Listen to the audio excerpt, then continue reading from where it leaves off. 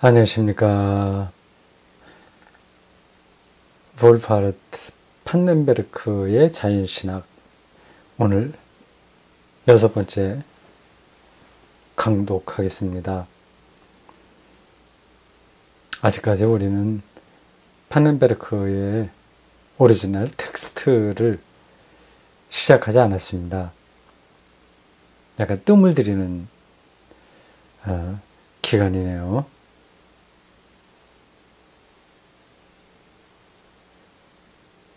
이 판넨베르크의 글을 편집해서 영역한 테드 피터스의 서문을 읽고 있습니다. 골치가 아프죠? 좀 딱딱하죠? 그 글들이요. 표현도 그렇고 내용도 좀 그렇습니다. 기독교 신앙생활에 이런 게 뭐가 필요할까 하는, 믿기만 잘하면 되지 않나, 그런 질문이 가능합니다. 옳은 이야기입니다. 믿기만 잘하면 되죠. 이제 무엇을 믿느냐가 중요하죠. 무조건 믿는다고 하면 사이비 이단들도 가능하니까요. 다 그들도 할 말이 있는 겁니다. 무엇을 믿느냐에 대해서 질문해야 되겠죠. 무엇을 믿긴 무엇을 믿어. 예수 그리스도를 믿는 거지. 하나님, 삼위일자 하나님 믿는 거지. 이렇게 얘기하실 겁니다. 예수 믿고 이루어지고 은혜로 구원받고 죽음 이후에 새하늘과 새 땅에 희망을 안고 사는 거다 말할 수 있습니다. 도대체 삼위일자 하나님이 뭔지, 새하늘과 새 땅이 뭔지, 예수 그리스도를 믿음으로 의로워진다는 게 뭔지, 은혜로 구원받는다고 하는 게 뭔지, 이런 것들을 알아야 되지 않을까요?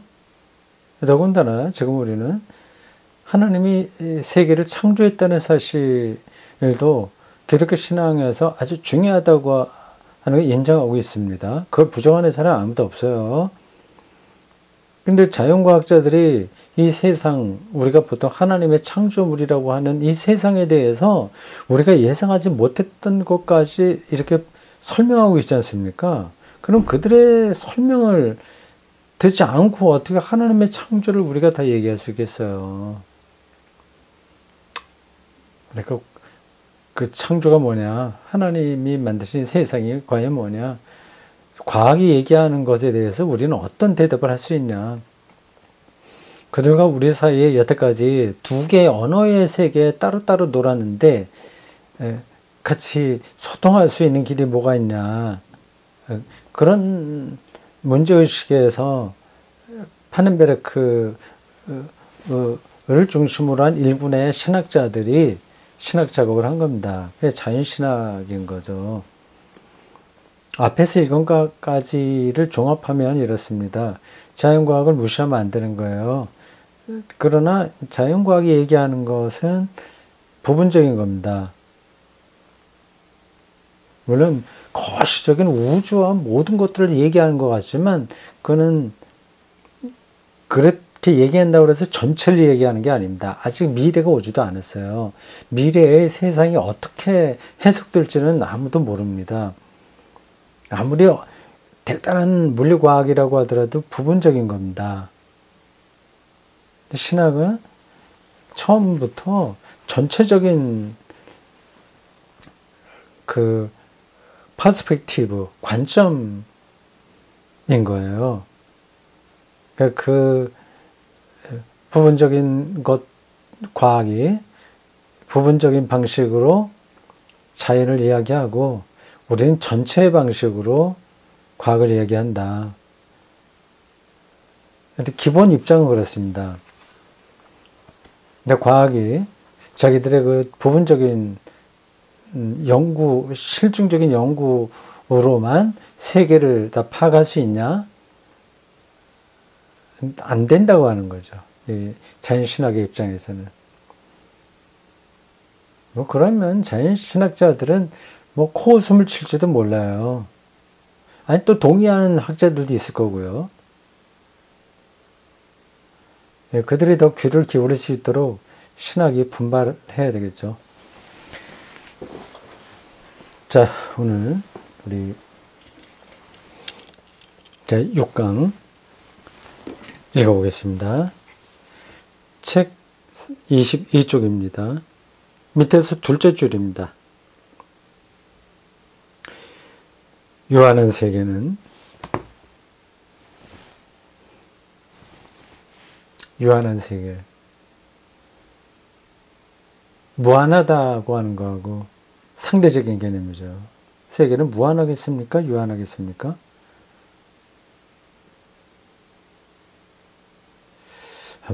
어떤 게 유한한 거죠. 하나님이 창조해서 피조물이니까 유한한 거죠. 자, 그건 그렇고 봅시다. 유한한 세계는 시간 과정 속에서 항상 변화하고 있기 때문에 어떤 경험 항목이 결정적으로 확고한 의미를 부여해주는 본질적 틀 구조로서 전체성은 총합성으로서의 시간의 어느 한 시점에 존재하는 것이 아니다.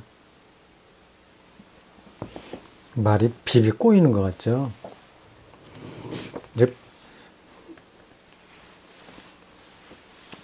시간과 더불어서 계속 변화하니까 어느 한 순간에 있는 그 관점으로 전체가 뭔지를 말할 수는 없다 그 얘기입니다.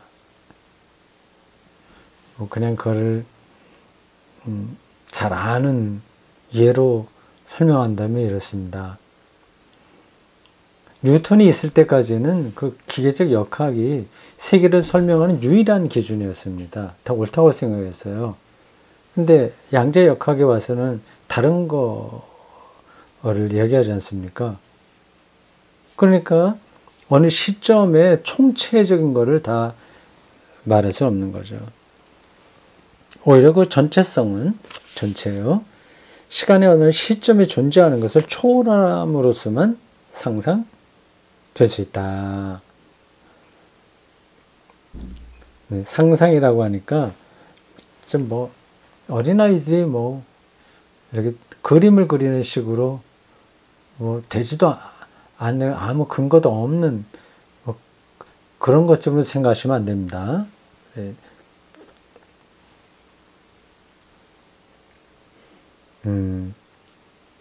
예감, 예기, 예측 한다고 하는 표현이 맞을 겁니다. 따라서 의미 있는 경험을 원뚝 생각이 나서요. 한 순간으로 총체적인 것을 다 말할 수 있는 게 아니다. 그 순간에 어느 계산으로 나온 것으로 우주가 이런 거야 실제가 이렇게 말할 수 없다는 거를 우리 개인의 삶과 연관해서 설명해 보려고 하는 거죠. 제가 신학대학 갈 때에 그 나이 20살 학부 수업도 다녔으니까 그때의 저를 지금까지의 저를 포함한 전체의 근거로 삼을 수는 없잖아요. 계속 변화되었으니까. 우주를 우리 인생 전체로 보시면 됩니다. 근데 자연과학은 그 20살 때, 25살 때 그 사람이 어땠냐 하는 거를 말해주는 거예요.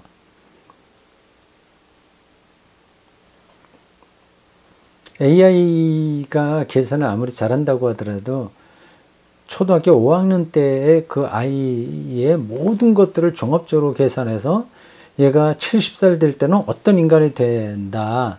그걸 예측할 수 있을까요? 글쎄요. 그걸 예측할 수 있다고 생각하면 그럼 완전히 실증주의적인 사고방식인 겁니다. 그러면 이제 철학도 무의미한 거고 예술 종교는 더 말할 것도 없이 그냥 다 인공지능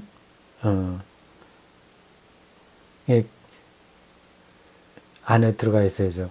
인공지능을 저도 좀 더 공부를 하긴 해야 될 것 같아요. 우리 인간 미래와 직결되어 있지 않습니까? 그렇다면 알아야죠. 컴퓨터 계산으로부터 나온 건데 컴퓨터가 굉장히 뛰어나지만 0과 1의 작용으로 된다면서요. 0과 1 숫자가 0과 1 뭐 딥러닝까지도 되고 스스로 배운다고 하니까 그게 기계로서의 한계를 뛰어넘나요? 따라서 의미 있는 경험을 전적으로 가능하게 해주는 얘기가 가설의 구성 요소로서 언제나 수반될 수밖에 없고, 여기 얘기 나오잖아요. 제가 아까 뭐 상상 말하면서, 그건 무슨 어린아이가 뭐 어떻게 꿈꾸듯이 뭐를 바라보는 게 아니라 기대하는 것, 희망하는 것, 예측, 얘기, 미리 그런 거다고 했는데 딱 나오네요.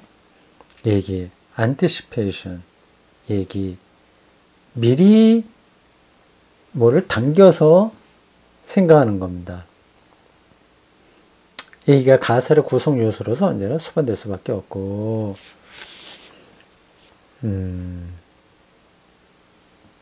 그렇게 구성된 가설은 최후의 경험을 통해 확증되거나 논박된다. 가설이 그러니까 중요한 거죠. 하나님이 세상을 어떻게 완성하신다. 이런 그런 관점, 가설이 있어야 그게 이제 자연과학으로 나중에 확증되거나 뭐 부정될 수 있는 거죠. 그러니까 예수가 구름 타고 온다 이런 것들은 다 부정되는 거지. 뭐 예수가 구름 타고 온다는 말도 없어요. 사도행전에 보면은 구름 타고 올라가신다는 건 나오는데 그 본대로 온다 하니까 구름 타고 오신다 그래 생각하는데 그건 또 다른 문제니까 여기서 넘어가겠습니다. 심지어 하나님의 실제조차도 이러한 부류에 속한다. 가설. 구성된 가설. 즉 하나님의 실제는 하나님의 실제, reality of God.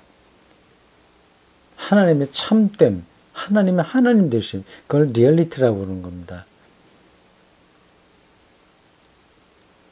그건 아직까지 우리가 다 모르고 있어요. 하나님의 리얼리티는 이제 유한한 실제 총합성에 대한 주관적인 얘기 속에서만 총합성, 전체 얘기 속에서만 그를 내다보는 것, 당겨보는 것 속에서만, 즉 모든 구체적인 경험들 속에 전제되고 있는 의미의 전체성에 대한 개념적 모델 속에서만 우리에게 제시될 수 있는 것이다. 총합성이라고 하는 단어가 반복되고 있습니다. 신학은 늘 그 총합성을 붙들고 있습니다. 하나님을 얘기한다는 것은 바로 그 세계 전체를 말한다는 거니까요. 그와 같은 모델, 예를 들어서 우리의 종교사적 전통으로 연원하는 종말론적 하나님 나라, 새하늘과 새 땅,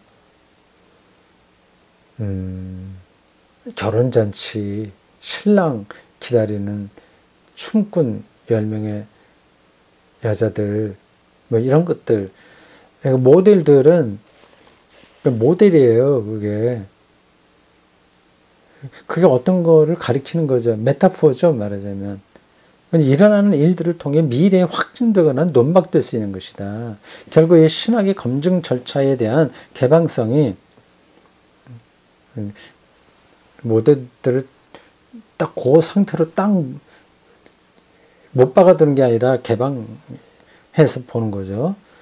이 신학적 주장들을 가설적으로 또는 따라서 과학적으로 만들어주고 있는 것이다. 신학도 가설, 구성된 가설. 자연과학도 사실 가설입니다. 그런 패러다임으로 세상을 보는 겁니다. 근데 그런지 안 그런지는 시간이 지나봐야 하는 거예요. 공통의 인간 경험 내에서 의미 전체성에 대한 얘기 개념은 이 단어들, 문장들이 좀 골치 아픈데 그냥 지나갑시다. 이거 여기서 계속 머물러 있다가는 진도가 안 나가겠어요. 그냥 아는 것만큼만, 들어오는 것만큼만 들어오고, 진도 나가고요. 그럼 나중에 또 비슷한 얘기 나오니까, 그때 좀 생각이 넓어질 수 있습니다. 이 얘기, 앞에 나온 거, anticipation의 개념은 바로 파넨베르크의 방법론을 근거 짓는 핵심 개념이다. 인간 공통경험, 의미의 전체성. 의미는 그냥 뭐 의미, 영어로 meaning 뭐 이런 게 아니라 독일어로 진이라고 해서 그건 번역하기 힘든데 실질이라고 하는 게 나을 것 같은데요. 우리는 아직 완전히 현실되지 않은 의미의 전체성을 얘기한다. 의미라고 하면 좀 안 되는데, 번역에. 이 책에 이렇게 요 손가락 여기, 여기 연필로 좀 적었어요.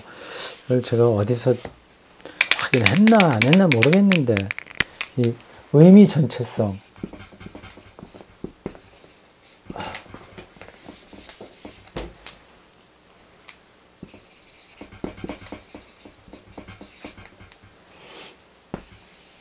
의미가 보통 독일어로 베도이퉁이라고 하거든요.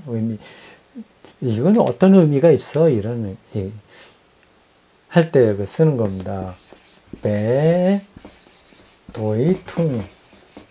근데 이게 아니라 여기서는 진이에요. 진.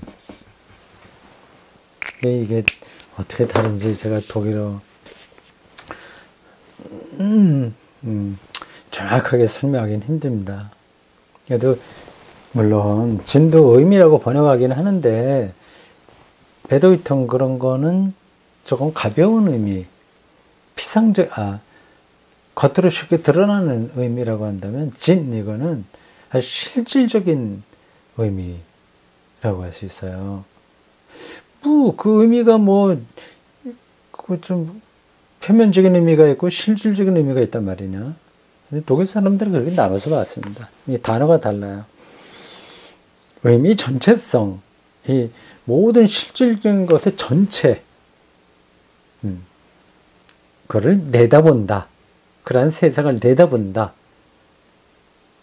그 전체성은 한 분이신 하나님의 종말론적 활동의 선물로서 미래에 도래할 것이라고 우리가 가설적으로 설정한 전체성이다. 참 중요한 표현입니다. 이 테드 피터스 영문 편지 번역자가 요건 해설을 잘했네요. 이 가설의 직접적인 확증은 그의 종말론적 전체성의 현실적 도래에 의존하고 있다. 거의 파넨베르크의 글들을 그들이 인용한 것처럼 읽힙니다. 그의 종말론적 완성을 기다리면서 우리는 유한한 실제 경험에 대한 점진적 이해를 통해 이 신앙의 근거한 가설을 간접적으로 확증하는 셈이다. 가설이라고 하는 단어도 반복해서 나오죠.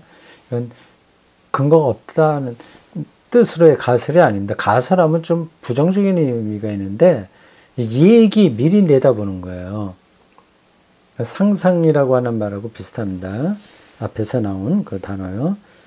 실제로 만약 하나님이 모든 것을 결정하는 실제라고 한다면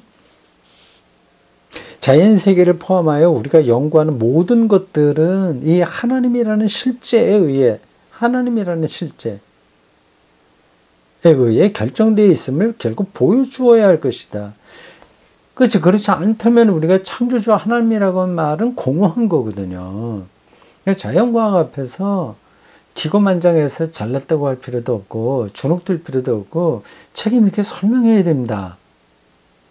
우리들이 믿는 하나님의 창조라고 하는 것이 뭔지, 이 세계 모든 것들이 다 하나님의 창조라고 얘기를 한다면 이 세계를 설명하는 과학 앞에서 쓸데없는 말을 하지 말아야죠. 모든 것을 결정하는 분으로서의 하나님이라는 개념을 가설로 제시한 것은 있을 만한 어떤 미래의 관점으로 제시한 것은 결국 그 개념이 자연세계와 연관하여 다루어지고, 그러면서 그 하나님 개념을 통해서 자연세계를 보다 더 잘 이해할 수 있음이 입증될 경우에 하나 한해서 적극적으로 평가될 수 있을 것이다. 일 것이며, 그렇죠. 기독교 신앙을 통해서 이 자연세계가 더 잘 이해가 돼야지, 점점 더 이상한 데로 빠져들게 된다면 그건 이제 만물을, 모든 것을 규정하는 현실성인 하나님에 대한 신앙이 아닌 거죠. Die alles bestimmende Wirklichkeit. 모든 것을 규정하는 현실성. 바로 이 점이 파넨베르크로 하여금 과학자들과의 대화를 시도하게 만들고, 그리고 그를 자연 신학으로 이끌어가고 있는 것이다. 어떻습니까? 여기까지 정리된 거 듣고 말이죠. 파넨베르크가 방향을 잘 잡았죠. 그리고 21세기 자연 과학의 비약적인 발전 앞에서 기독교가 어떤 태도를 취해야 되는지도 잘 말해주고 있습니다. 말씀의 신학자라고 할 수 있는 이 칼 바르트도 여기까지는 못 나갔어요. 그 당시만 하더라도 두 언어 세계가 분명했습니다. 칼 바르트는 교의학적인 차원에서 기독교 신앙의 근본을 정확하게 해명해 준 신학자라는 점은 분명합니다. 근데 자연과학의 도전을 그때는 심각하게 느끼지 않았던 것 같아요. 아니면 그럴 만한 여유가 없었는지도 모르죠. 다른 작업을 하는데도 바쁘니까 말이죠. 자, 다음은 소제목 자연신학을 향하여 이렇게 되어 있습니다. 이 번역에서 자연의 신학이라고 되어 있잖아요. Theology of Nature 이렇게 되어 있는데, 거기 뭐 전치사 of가 있으니까 의를 붙여야 되는데, 우리말로는 이제 전치사를 빼는 게 더 자연스럽습니다. 근데 자연신학을 향하여 이렇게 해야죠.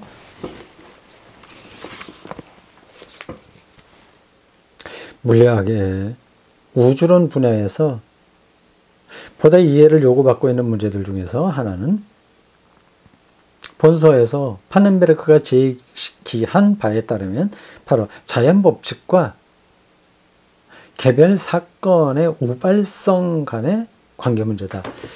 와, 요거는 핵심적인 건데 그냥 그 단어만 한번 기억해 두시기 바랍니다. 자연법칙과 개별 사건들의 우발성.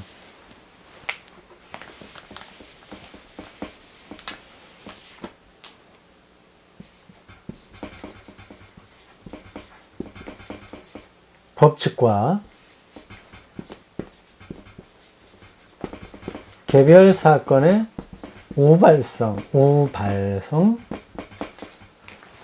우연성이라고도 할 수 있습니다.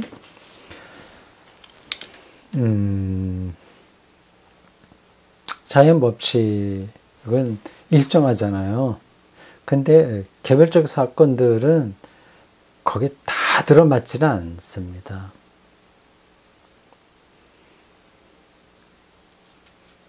진화론만 해도 그렇죠. 뭐 있잖아요, 법칙들이. 근데 거기서 돌연변이라고 하는 거 있죠. 그건 진화론의 그 자연 법칙에서 좀 튀는 것들이에요. 우주에도 이제 그런 것들이 있다고 하네요. 요 문장에서 보면. 그게 어떤 건지 지금 제가 언뜻 생각나는 건 없습니다. 분명히 있을 거예요. 이건 아주 전문적인 분야라서 제가 지금 뭐 설명할 자신은 없습니다. 하여튼 요 표현은 기억해 두십시오. 자연 법칙. 자연과학이 하는 게 바로 이거예요. 법칙 찾는 거예요. 법칙. 근데 법칙을 찾아서 모든 걸 해명했냐? 모르는 게 더 많습니다. 어떻게든 법칙은 중요한 거죠. 제 말을 오해하지 마세요. 자연과학이 발견하는 법칙이 쓸데없다는, 그 틀렸다는 얘기 아닙니다. 다 그건 부분적인 거고 일시적인 거고 안에 가설로서 우리가 주어진 거고 그건 계속 검증받아야 되는 겁니다. 네, 자연법칙은 중요해요. 근데 개별 사건들은 자연법칙에 다 들어맞는 건 아닌 거죠. 어떤 사건은 만일 그에 대한 기술이 자명하지도 필연적이지도 않다면, 즉 만일 그 사건이 다른 방식으로 일어날 수 있었다면 우발적인 것으로 간주된다. 우발성, 우발적인 것, 이 개념을 좀 생각을 해봐야 되겠습니다. 독일어로 뭐라고 하나? 내가 옛날에 알았었는데 딱 잊어버렸습니다. 영어로 나오겠죠? 여기서 이제 일단 첫 번에 나온 단어인데 왜 여기 영어로 안 달아주나? 참 번역자가 이런 데는 센스가 있어야 되는데 없네. 뒤에 어디 나오긴 할 겁니다. 그래도 중요한 단어인데 왜 처음부터 그걸 달아줘야지. 제가 미리 이거를 읽었다면 뭐 옛날에 읽었으니까 강독을 위해서 읽었다면 요건 다 제가 원어를 찾아봤을 텐데 게을러서 미안합니다. 어쨌든 그 단어는 기억하십시오. 자연법칙과 개변 사건들 우발성. 근데 우발성. 여기서 우리는 과학계의 초점 문제를 다루게 된다. 중요한 문제. 왜냐하면 사실상 거의 모든 과학 이론에서 주목받고 있는 것은 자연 법칙들을 보여주는 규칙성이지만 이게 법칙이에요. 아주 조금씩 재밌어집니다. 이런 표현들이요. 그 과정에서 자연 사건들이 담지한 우발성은 슬그머니 보이지 않는 배경으로 속으로 밀쳐지고 있기 때문이다. 그러니까 과학자들이 그거를 밀어내는 거예요. 규칙만 찾아내는 거죠. 연구자들은 시간이라는 변수가 삭제된 방정식으로 표현 가능한 균일성들에 전념한다. 이 균일성들을 기술해주는 방정식들이 모여 이른바 과학적 지식을 구성한다. 이런 것들이 전혀 먹히지 않는 세계가 양자역학입니다.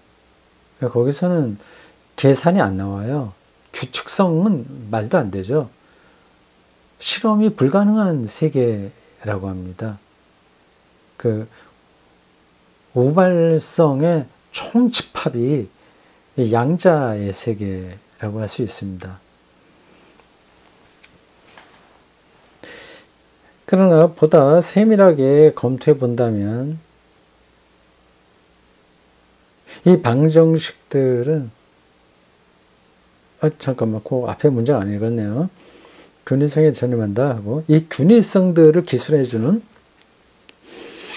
방정식들이 모여 이른바 과학적 지식을 구성한다. 아인슈타인이 내놓은 여러 가지 뭐 있죠. MC 자승 가서 E는 에너지는 뭐예요? MC 자승 이렇게 이제 그런 것들의 방정식인데 이렇게 모여서 과학적 지식을 구성한다. 그러니까 과학적 지식은 수학과 비슷해요. 이런 글들을 자주 읽어보지 않은 분들은 지금 저 무슨 얘기를 하는 거지? 그런 생각이 들지 모르겠습니다. 이 세계가 그렇게 단순한 게 아니에요. 우리 눈에 보이는 거로만 지금 우리는 살아가고 있는데 그렇지 않아요. 요즘 코로나19로 이 바이러스 세계에도 현대인들이 많이 알게 됐네요. 그건 또 좋은 점입니다. 바이러스는 눈에 안 보여요. 그 모르는 바이러스들이 계속 나오고 있잖아요. 세계가 이렇게 요지경 속입니다. 우리가 알지 못하는 어떤 미세균들이, 미생물들이 또 있을지도 모릅니다. 아니, 미생물과 무생물의 중간쯤 되는 것도 있을 거고,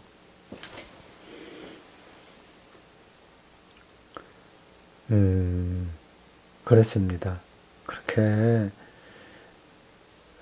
단순한 문제가 아니에요. 이건 과학만이 아니라 인간의 삶도 마찬가지입니다. 아, 저 사람 정말 불행할 것 같아.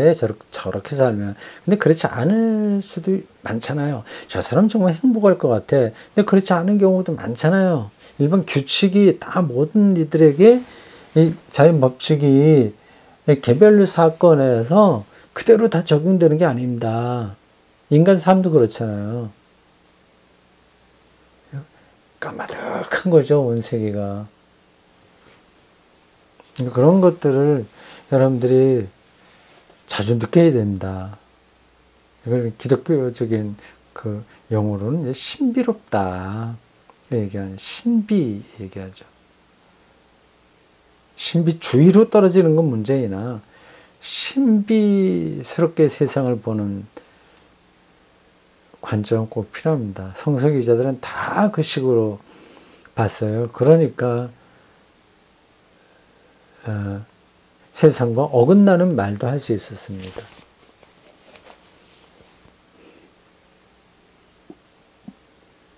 그러나 보다 세밀하게 검토해 본다면 이 방정식들을 자연 과정들의 구체적인 사례들을 응용할 때는 특정의 원초적이고 여백적인 조건들, 즉 모든 사건들 속에 우발적인 것으로 간주되고 있는 조건들이 요구됨을 알 수 있다.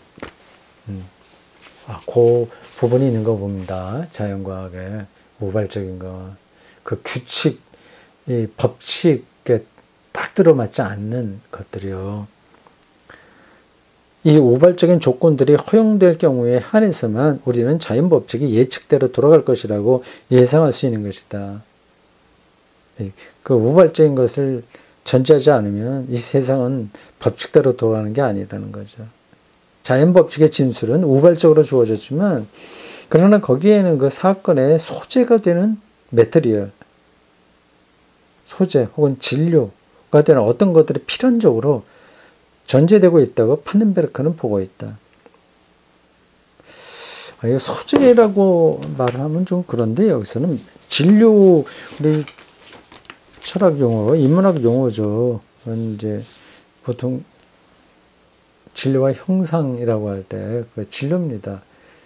아리스토텔레스처럼 오래전 사람들도 이 세계의 근본을 이렇게 뚫어본 거예요. 소재보다는 진료라고 하는 게 훨씬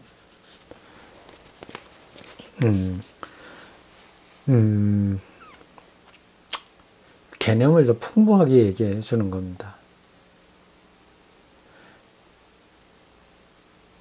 그 소재가 되는 사실은, 소재, 진료가 되는 사실은 숨겨져 있다. 그게 이제 숨겨져 있는 게 형상이죠. 왜냐하면 과학 공식들 자체는 우발성이 발생하는 각각의 상황들을 무시하고 자연 현상들 속에서 발생하는 균일성들에만 주의를 집중하고 있기 때문이다. 예상 외죠. 자연과학은 완벽하게 그대로 재현되는 법칙만 얘기한다고 생각하잖아요. 그렇지 않습니다. 거기에 늘 우발성, 우연적인 것 따라와요. 그 우발성, 저도 조금 다음에는 좀 그 개념을 좀 더 찾아보겠습니다. 서로 개별 사건들의 우발성이 가정된다고 해도 그것은 법칙들의 범위 내에서만 이루어진다. 우리가 오직 그 법칙들에만 주의를 기울일 경우 결국 우리는 현실의 사건 과정들이 그 자연 법칙들에 의해 전적으로 결정된다는 잘못된 결론에 이를 수밖에 없다.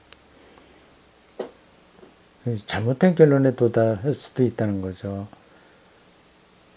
우발성, 우연한 거, 그것도 다, 그러니까 아까 말한 진화론에서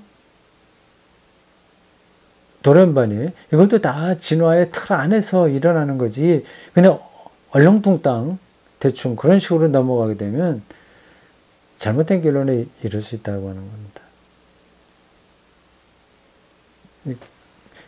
자연 법칙으로 감당할 수 없는 부분이 계속 거기에 남아있는 거죠. 즉 결정성만이 주제로 부각되고 우발성은 무시된다. 이게 서로 대비되는 개념이군요. 네. 본격적으로 파넨베르크의 자연신학 용어들이 나오고 있습니다. 우발성, 저는 이제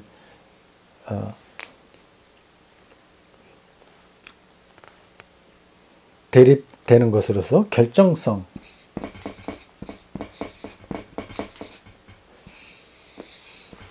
자연 법칙이 이미 자연이 원리가 원래 결정되어 있는 걸 우리가 찾아가고 있는 것 뿐이야. 이런 생각인 거죠.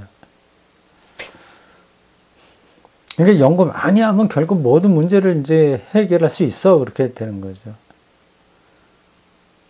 근데 우발성의 관점에서는 그게 불가능하다는 거 보는 겁니다. 계속 변하기 때문에. 양자역학이 그걸 정확하게 말하고 있습니다. 계속 변하는 거예요. 그래서 자연과학이 감당하기 위해서 그거를 차원을 넘어서 존재하는 세계라고 할 수 있습니다. 아울러 하나님의 행위들은 방정식이나 자연법칙과 자연법칙으로 공식화될 수 없기 때문에 자연에 대한 연구는 결국 이실론적이거나 혹은 무실론적으로 될 수밖에 없다. 결론적으로 말하자면 우리가 자연법칙들을 생각하고 있는 것들은 따지고 보면 우연 발생적인 자연사건들의 보다 구체적인 과정으로부터 추론된 추상적 원리들에 불과하다는 것이다. 자연법칙이 추상적 원리로 떨어질 수 있는 거죠. 이는 자연 법칙들을 모으는 것만으로는 자연 과정들을 철저하게 기술하는 일이 가능하지 않음을 의미한다. 좀 여러분들이 상식적으로 생각했던 거하고는 좀 결이 다른 이야기죠. 네. 이 안으로 좀 더 들어가 보겠습니다. 오늘 여기까지 하겠습니다. 재밌네요. 이제 본격적으로 이 테드 피터스가 자연신학을 설명하기 시작했습니다. 그 핵심으로 들어오고 있습니다. 나중에 파넨베르크의 글을 읽으면 더 재밌을 겁니다. 여기까지입니다.